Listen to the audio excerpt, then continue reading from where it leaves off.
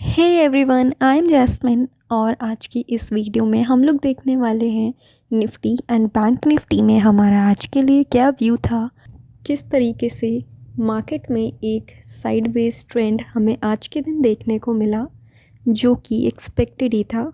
अब मंडे के लिए हम लोग क्या चीज़ कर सकते हैं, किस तरीके से ग्लोबल मार्केट्स में स्पेशली ग्लोबल आईटी स्टॉक्स में जो शानदार तेज़ी हुई है उसको हम लोग किस तरीके से समझ सकते हैं, ये सारी चीज़ें हम आज की वीडियो में डिस्कस करने वाले हैं। सबसे पहली चीज़, अगर हम यहाँ पर बात करते हैं ग्लोबल मार्केट्स की, फ्राइडे के सेशन में ग्लोबल मार्केट्स बहुत ज़्यादा वोलेटाइल दिखाई दिए थे, क्योंकि एक बार के लिए अगर हम डाउ को देखते हैं 15 मिनट टाइम फ्रेम पर तो काफ़ी नीचे के लेवल्स पर यूएस मार्केट चल रहे थे, अराउंड 8 to 8:30 के आसपास। उनके बाद इसका सर्विसेज पीएमआई जो डेटा था वो हम लोगों को आता हुआ दिखाई दिया।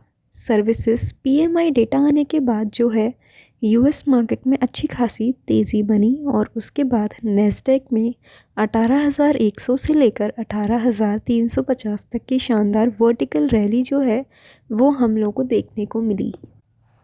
सबसे इम्पॉर्टेंट चीज़, अगले हफ्ते जो पूरी एक कमान आएगी तेज़ी की वो आईटी स्टॉक्स की तरफ से आनी चाहिए, क्योंकि अगर आप आईटी को देखते हो, मैं डेली टाइम फ्रेम आईटी का लगाती हूँ। आईटी ने पिछले कुछ दिनों में कुछ भी नहीं किया है, और कुछ दिनों क्या, अगर मैं पिछले 2 महीने की ही बात कर लूँ वहाँ कुछ भी नहीं किया है। मार्केट का हाईएस्ट लेवल है 38,500, मार्केट का लोअर लेवल है 37,400। अगर आप देखो 6-7 बार जो है सेलर्स ने 20 EMA के नीचे इसे ले जाने की कोशिश करी है और सातों बार सेलर्स जो हैं वो नाकाम रहे हैं। तो अगले हफ्ते आईटी सेक्टर की बहुत बड़ी परीक्षा है, क्योंकि यही चार्ट अगर हम नैस्डैक का लगाते, to just look at the chart, 6 Feb 2024 से लेकर अब तक आईटी का रिटर्न कितना है, लगभग 250 पॉइंट्स, मतलब 1% से भी कम।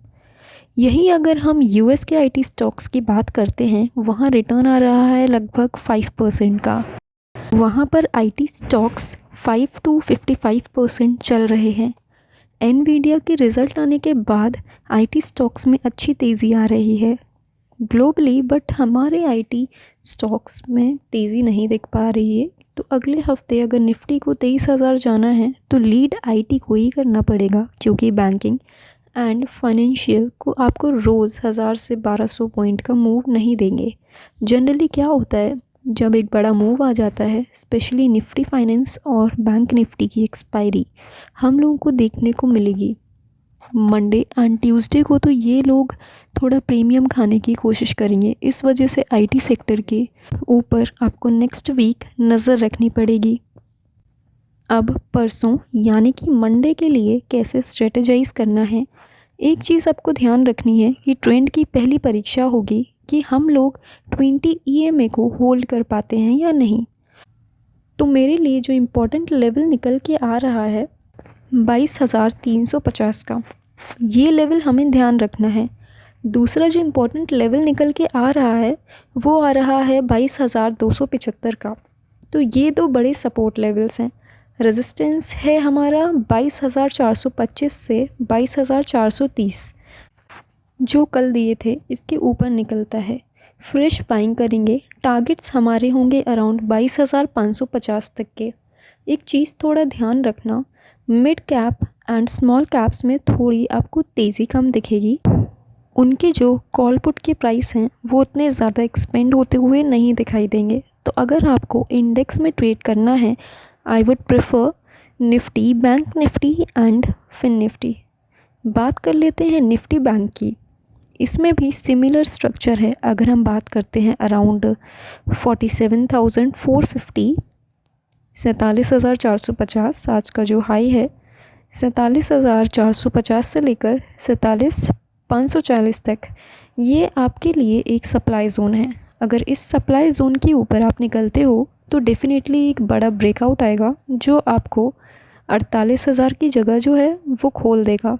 48,000 तक निफ्टी बैंक बहुत आराम से चला जाएगा, क्योंकि बीच में कुछ है ही नहीं। तो ये एक अच्छा लेवल दिखाई दे रहा है। शॉर्ट करना है आपको निफ्टी बैंक का, तो जब तक निफ्टी बैंक 47,050 के नीचे निफ्टी बैंक जाता है तभी मैं शॉर्ट के बारे में सोचूंगी। निफ्टी फाइनेंस की बात कर लेती हूँ। लास्ट वीक फ्राइडे को हमने जो लेवल्स दिए थे निफ्टी फाइनेंस ने उसका ब्रेकआउट दिया है और उसके बाद वन साइडेड तेज़ी हुई है। अब अगर आप देखो निफ्टी फाइनेंस को, तो ये एक रेजिस्टेंस के पास आ गया है। ये रेजिस्टेंस कौन सा है? ये रेजिस्टेंस है 20,925 से 20,875। ये 50 पॉइंट की रेंज के ऊपर निफ्टी फाइनेंस निकलेगा तभी हम लोग फ्रेश तेज़ी अप करेंगे। 15 मिनट टाइम फ्रेम पे इसके ऊपर की क्लोजिंग मिलती है तो हम लोग फाइनली एक और बड़े ब्रेकआउट की तैयारी करेंगे, जिसमें अगर मैं 2 घंटे का टाइम फ्रेम लगाऊं तो मुझे एक बड़ा लेवल दिखाई दे रहा है 21,150। तो यहाँ से लगभग 250 पॉइंट निफ्टी फाइनेंस जा सकता है अगर 20,925 के ऊपर निफ्टी फाइनेंस सस्टेन करता है। तो सपोर्ट आपको कहाँ पे मिलेगा? जो ब्रेकआउट लेवल था अराउंड 20,800 का, 20,800 से लेकर 20,775, ये एक सपोर्ट का जोन है आपके लिए। इस जोन को अगर निफ्टी फाइनेंस होल्ड करता है तो बहुत अच्छी बात होगी आगे के लिए, लॉन्ग में बने रहने के लिए। तो अगले हफ्ते अगर आप इवेंट वाइज देखो तो कुछ ऐसा बड़ा इवेंट नहीं है अपार्ट फ्रॉम यूएस का जॉब्स डेटा जो कि फ्राइडे को आएगा। तो वो अगले हफ्ते में ही बिल्कुल नेक्स्ट टू नेक्स्ट वीक जो है उसका मेन रोल होगा।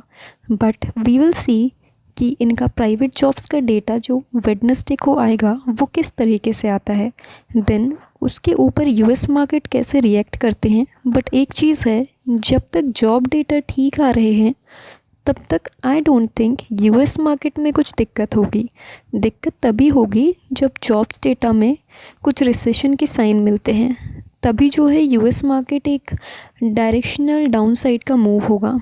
बट ऑनेस्टली जिस तरीके का मोमेंटम हमारे बाज़ार में चल रहा है उसके बाद भी अगर आईटी सेक्टर अगले हफ्ते परफॉर्म नहीं करता है, वो आपको साइन देखना होगा। वो होगा इस मार्केट के लिए पहले वीकनेस का साइन। तो डेफिनेटली इसके ऊपर वॉच आउट करके रखिएगा। So I hope you like the video guys. See you in the next video. Till then bye bye and take care.